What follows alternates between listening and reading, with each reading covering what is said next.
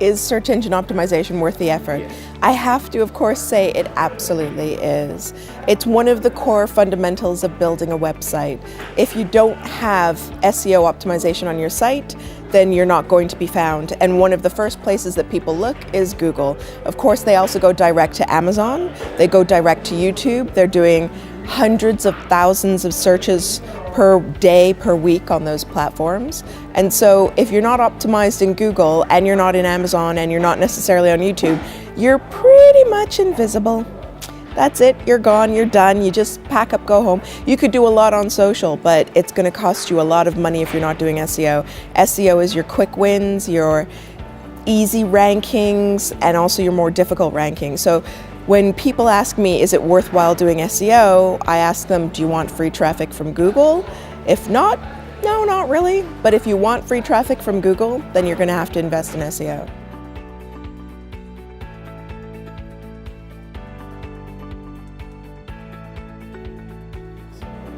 It depends. Some people do feel a degree of resentment towards paid ads.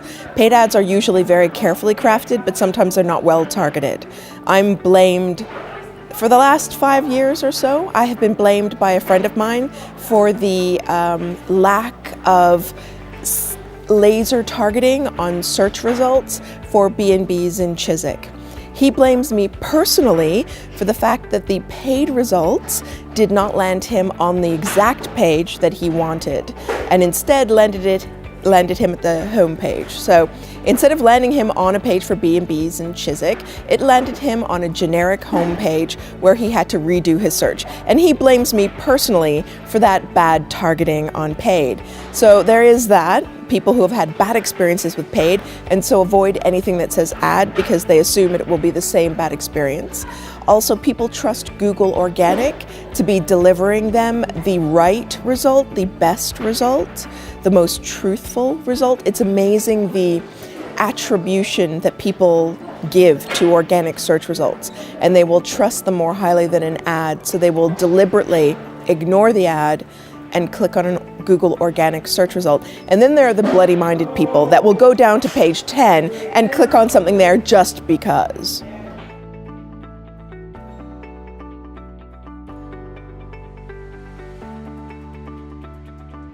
If you haven't optimized before and you have a poorly optimized site, I think that once you change something, you should see pretty immediate results. So if you do your keyword research, map them to pages, do your targeting really well, and then edit your content, or even just your page titles and meta descriptions so that they're more attractive and more click-worthy, you should start seeing immediate results within the first few weeks.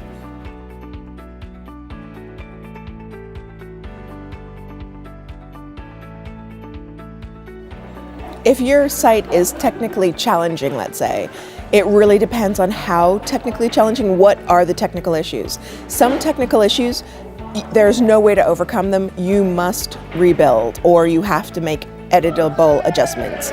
If you have a pure Ajax site, Google now spiders JavaScript, so that's not the end of the world. But there are some technical issues where you are simply not going to be able to overcome them.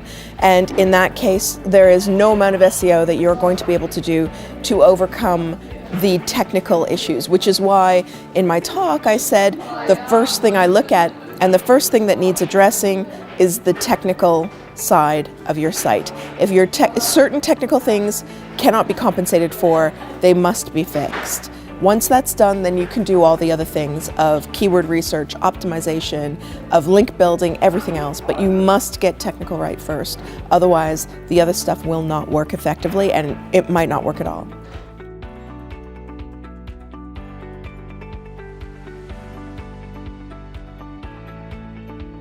Both a brand and an e-commerce website need to look at SEO in the same way. They will have to execute it for different keywords, but a brand website needs to obviously rank for its own brand, but it's also going to want to rank for informational searches, for trust-related searches. Let's say it's a car brand. People may trust the branded website more than a dealership or a used car site or a person's personal blog or website. The dealership could be, because people will perceive the dealership as being in it for the money, it could be perceived as less honest than the branded website. But in another vertical, let's say restaurants, you might not trust the brand's website. You might only trust people who have reviewed it or people who have commentary on it. And with babies or baby things or very personal products, you may only trust word of mouth. So the approach that you need to take with your website, you have to optimize it using the same techniques, but to different intents. So an e-commerce website is about purchase, but also about building trust. Whereas a brand usually has that trust already because they are the brand, and then they build up the information and searches relating to that.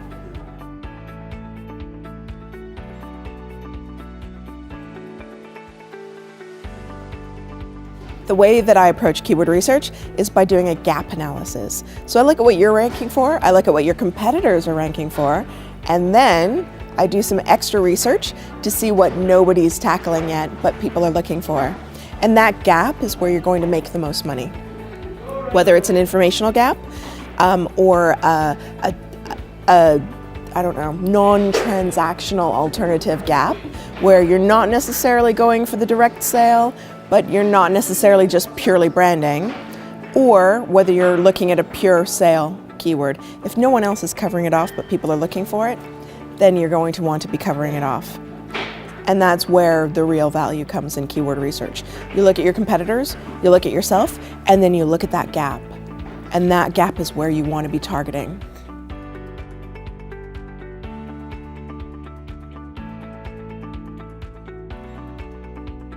It's a little bit more organic than just trying to own the gap. You need to make sure you're covering off the relevant searches that your competition is already there for. So you need to make sure that you're not weak against their strengths. You need to make sure that you're not missing that opportunity, but you also need to make sure that in that gap where nobody else is playing, you start making sure that you cover things off. And as fast as you cover them off, in some verticals, the competition will immediately be there. So what you want to do is establish yourself as the authority in those gap keywords.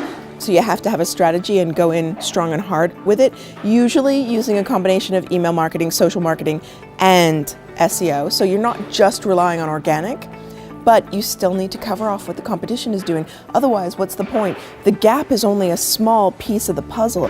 You've got your rankings, you've got their rankings, and you've got the gap. If you're not also looking to own the space that your competition is already playing in, then you're missing masses of potential traffic and brand exposure.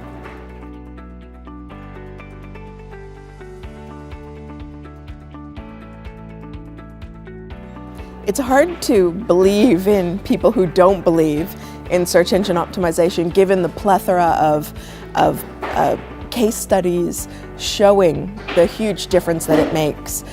This isn't published, but I had a client that went from very, very low on loans, the keyword loans, maybe 30-something, 40-something. I haven't looked. It might have been 80. It was bad. They were not getting traffic on the keyword loans. And I took them up to number 2 using only SEO. That's it.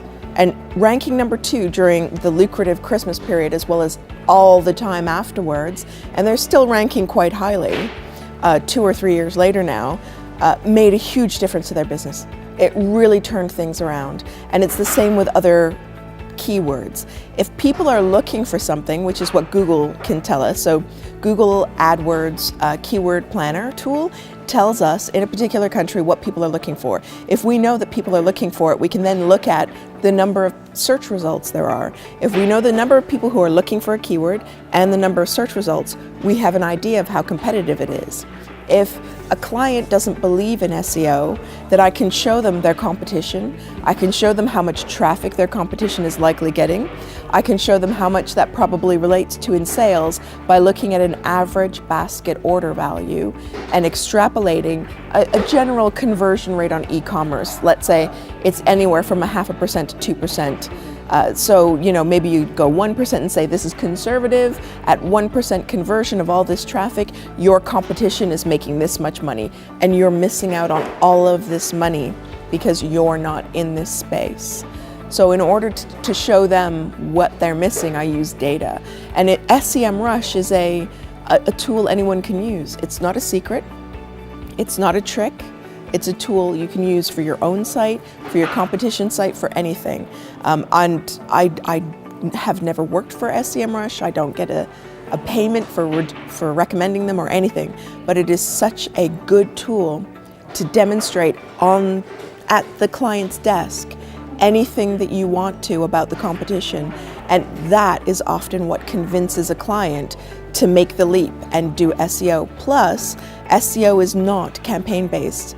You're not going to lose your rankings because you stop paying for it. The client that I mentioned earlier on the keyword loans, that's a short-tailed, very competitive keyword, and they still own that in the top 5. And that's years later, and I haven't touched that keyword, not built a single link for that keyword, and it still ranks strongly. You cannot do that with PPC. You would have had to have been paying for it the whole time. And that's where SEO can make a huge difference, is you get up to the top of the rankings and then you stay there. Because good SEO will get you there and it will keep you there without you having to constantly feed the beast. So a good SEO strategy gets you to the top, and then you look at the next target and the next target and the next target.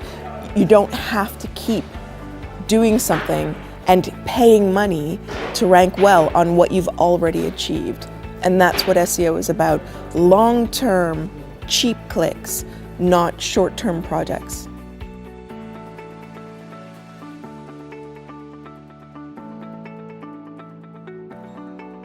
It depends on the client. If they're brand new and they have no links, no nothing, the first thing I'll do is I'll split the budget. So I'll say, okay, you've got £2,000 a month or £5,000 a month or whatever. That's a very small budget to do this split with.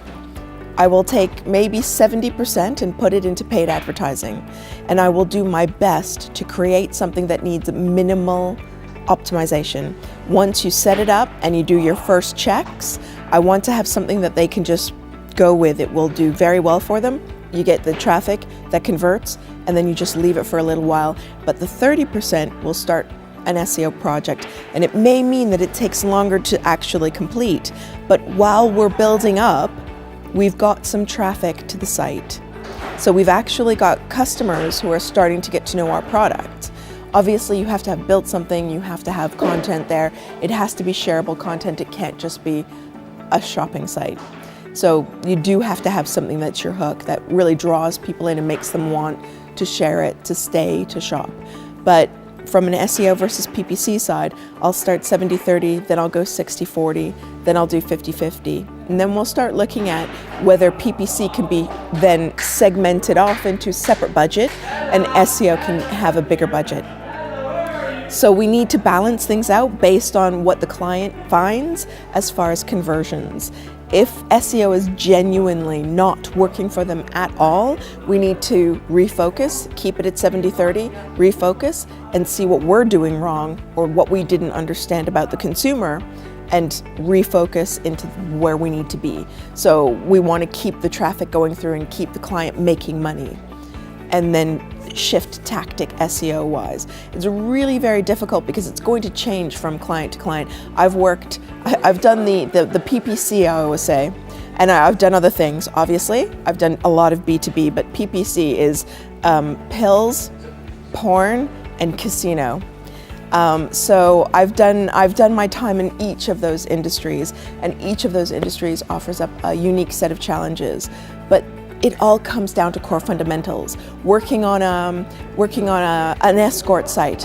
What is an escort site? It's lead generation. That's all. It's all about lead generation. And we know how to handle lead generation. We just have to understand our audience segments, market directly to them, and generate the leads using on-site conversion methods. That's all it comes down to. Just because it's for prostitution doesn't mean that it's somehow unique or different from something for electronic components. The core fundamentals are the same. It's our audience segmentation and our target market that differs. So if we approach it in that way, then whoever the client is, if we can take it back to its core fundamentals, we'll understand what we need to do to make that client sales, then we understand our audience, and then we deliver to that audience what they need and what they expect.